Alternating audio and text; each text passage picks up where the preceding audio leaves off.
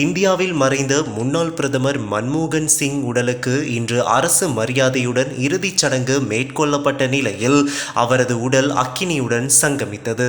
முன்னதாக இன்று காலை 8 மணிக்கு மன்மோகன் சிங்கின் உடல் அவரது வீட்டில் இருந்து காங்கிரஸ் கட்சியின் தலைமை அலுவலகத்துக்கு கொண்டு செல்லப்பட்டது.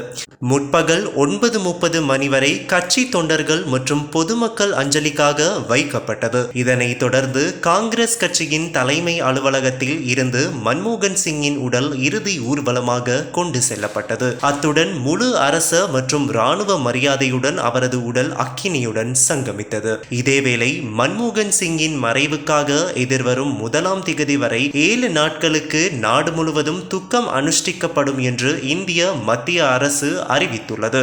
இந்த 7 நாட்களில் அரசு நிகழ்ச்சிகள் எதுவும் நடைபெறாது என்றும் இந்தியா முழுவதிலும் வெளிநாட்டில் உள்ள அனைத்து இந்திய தூதரகங்களிலும் தேசிய கொடி அரை கம்பத்தில் பறக்க விடப்படும் என்றும் அறிவிக்கப்பட்டுள்ளது. முன்னாள் பிரதமரும் காங்கிரஸ் கட்சியின் மூத்த தலைவர்களில் ஒருவருமான மன்மோகன் சிங் கடந்த 2004ஆம் ஆண்டு முதல் 2014ஆம் ஆண்டு வரை தொடர்ந்து 10 ஆண்டுகள் பிரதமராக பதவி வகித்தார் என்பது குறிப்பிடத்தக்கது.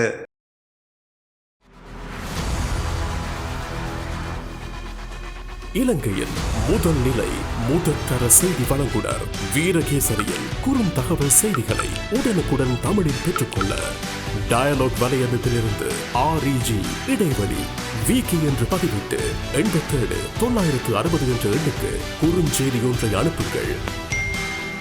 வீரகேசரி செய்தியுடன் இணைந்திருங்கள்.